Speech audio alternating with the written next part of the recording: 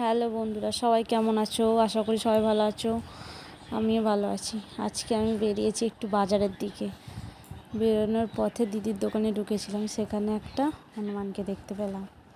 খুব নস্যি আছে রাস্তায়, হনুমানটাও আছে। খুব ভয় লাগছিলো দেখে, কিন্তু তাও দেখছি ওইদিক ওদিক দেখছি।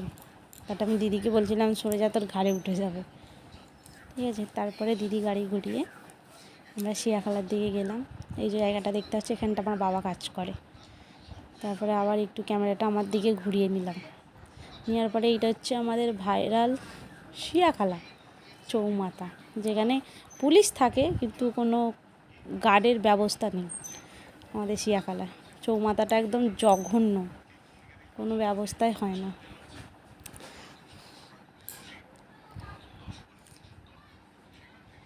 চৌমাথার ওপারে আমরা যাব। আমরা একটা কাজেই বেরিয়েছিলাম শিয়াখালা। এখানে দেখা হয়ে গেছে দেবার সাথে আর অভির সাথে। অভি আবার হাই করে দিয়ে চলে গেল একটুখানি। আমরা কাকাকে বলছিলাম সাইড দাও, তো এখানে অবধি ব্লগ